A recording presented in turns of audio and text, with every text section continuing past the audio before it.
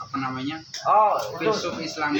cara berpikir itu pandangannya Ghazali. Pandangannya Al-Ghazali kan. Ghazali. Tapi Ghazali sendiri mengharamkan berfilsafat dengan filsafat. Tapi dia Dia berfilsafat juga. Masa mengharamkan filsafat dengan filsafat? seharusnya dia cari yang lain untuk mengharamkan itu kan. Menjelekkan manusia karena manusia dirinya juga yang menjelekkan juga manusia kan. Kopi ini nggak bagus tapi dia juga minum. Melanggar kaidah sendiri tuh. Coba sekarang mengharamkan filsafat dengan filsafat. Coba sambil dibilang filsafat itu haram. Dibalik aja. Dalihnya apa dasarnya? Cara berpikir Anda gimana mengharamkan filsafat? Secara tidak sadar dia berfilsafat juga. Loh, dalih Anda itu sudah berfilsafat.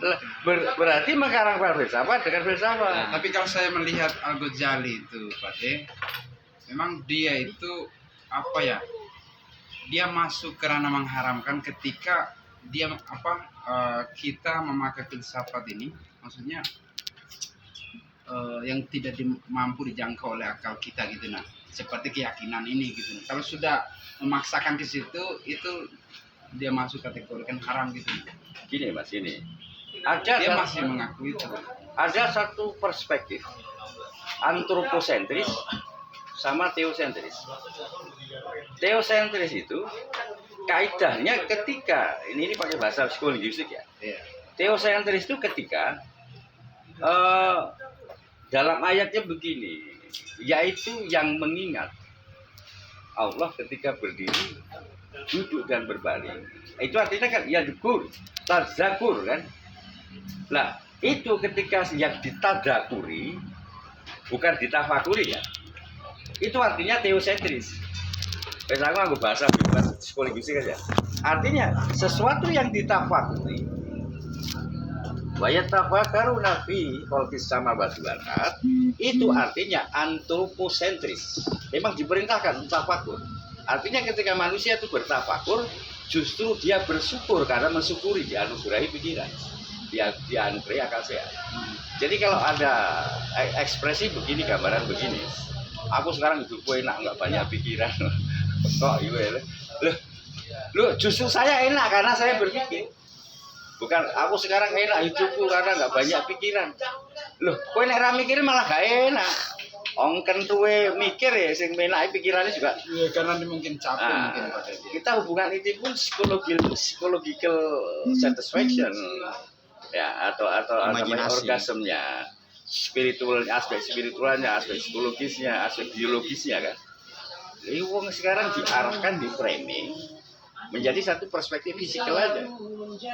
Bahwa sekarang misalnya orientasi framing penggiringan opini seksual itu hanya pada based on instrumentatif. Bahwa kontrolnya gede dawa karo puki sempit nyedot. Itu kan framing instrumentatif fisikal kan. Itu membentuk pola pikir yang baru. Padahal itu hanya biological orgasm. Ada psychological orgasm, ada spiritual orgasm. Puncak kenikmatan spiritual itu ada. Gitu loh Mas. Jadi apa ya? Basis fisikal, material, orientasi yang berupa dinamakan kesenangan itu adalah satu kualitas terendah. Motor sama mobil senang mana? Ya senang mobil. Tapi naik motor sama naik mobil nikmat mana? Ini Pak Dek. Nanti alat ukur kesenangannya ini nah. Tadi itu kan Relatif. itu yang bilang iya masih relatif. Sik Mas. Mungkin kalau saya tanya Marco misalnya lebih suka Kalau sudah masuk dia kalau misalnya perspektif, ini Mas, kalau sudah masuk perspektif, bis, parameter, jika tidak punya parameter, kan ada sesuatu yang kualitatif yang tidak mungkin diparameterkan. Itu namanya indikator. Ya. Ada sesuatu yang nggak bisa diparameterkan. Masa sampai karena apa sifatnya sangat subjektif. Iya. Dan dunia ini belum mampu membangun ilmu subjektivitas. Ada yang bisa ngajari saya ilmu subjektivitas. Bukan ilmu subjektif yang seenaknya sendiri tidak, tapi ilmu tentang subjek. Mereka membangun ilmu objektivitas dengan agreement, yang agreementnya itu seluruh parameternya disepakati. Ya. Jadi parameter itu agreement, Mas. Ya. Tolak ukur itu antroposentris. Nah sekarang Anda bisa mengukur keikhlasan orang? Iya, itu. Gak bisa, itu ilmu subjektif. Itu malah ilmunya maha subjek. Manusia nggak bisa. Jadi sama dengan kesenangan. Nah, Iya. masuk laboratorium ilmu subjektif itu ketika apa? Ketika orang Allahu Akbar itu masuk laboratorium baru. Artinya dia mendirikan, dia itu tidak mensubjekkan diri. Sampai Allahu Akbar itu masa sampai mensubjekkan dirimu? Takabur kamu. Karena subjeknya hanya Allah. Selain Allah lewat. Allahu Akbar itu artinya selain Allah lewat. Nggak ada realitas selain Allah. Ketika engkau ada itu sendiri ada sudah takabur. Itu ilmu tasawuf nih. Itu ranggo parah. Jadi Allahu Akbar kowe merasa eksis, kowe takabur. Aku bukan suatu apa ya Allah di hadapanmu. Aku menjadi suatu apa karena engkau. Karena rahmatmu. Dengan rahman rahimmu aku akan jadi apapun dan aku bukan suatu apa. Allahu Akbar kok dolimin orang ya goblok kita tasawufin. Ketika engkau teriak-teriak mengagungkan Allah, Allahu Akbar, lu kok malah dolim. Berarti nggak tegak tasawufnya. Ya gak nyambung. Allahu Akbar itu artinya subjek dirimu itu kok mengeliminir pengakuan sehingga ujub pun kamu nggak berani. Jangankan takabur, ujub saja nggak berani. Kamu itu merasa lebih, aku lebih dari dia ini sudah ujub. Gak bisa. Bagaimana manusia ini ada manusia yang sering sholat, sering menjolimi juga. Kenapa? Pandangan kau gimana? Loh, yuk, lapopo itu kan exercise kan? Mas Tato tuh, jadi orang itu tetap jangan karena ini loh, gini mas. Tapi nggak masalah aja. Nggak Sholat sia-sia ini, sholat. sholat apa? Sholat ritual ibadah, sholat jalan, maksiat jalan gitu kan? Iya. Orang nyambung ina sholat titan halil fase balungkar kan? Orang nyambung gitu, ya apa-apa. Jangan disalahkan sholatnya. Ya tetap jalan terus sholat. Insya Allah mudah-mudahan Allah mengurangi maksiatmu. mengurangi maksiat gitu. Iya, itu dengan syarat dia harus tegakkan, mendirikan sholat. Nah, ini kan kita berusaha menegakkan. Ternyata sisi lain yang menegakkan maksiat loh. Ya apa? Enggak usah dihujat, ya apa-apa. Tidak menegak jalan Ya. Sambil berdoa, ya Allah kurangilah maksiatku. Ini kuntu minal fasikin. Ya Allah ini kuntu minal zalimin. Aku orang zalim. Ngono malah dihujat-hujat orang. Wah itu gini-gini malah saling nyalahkan. Ya ngapain? Kita ini saling mengingatkan kok, bukan saling nyalahkan kok.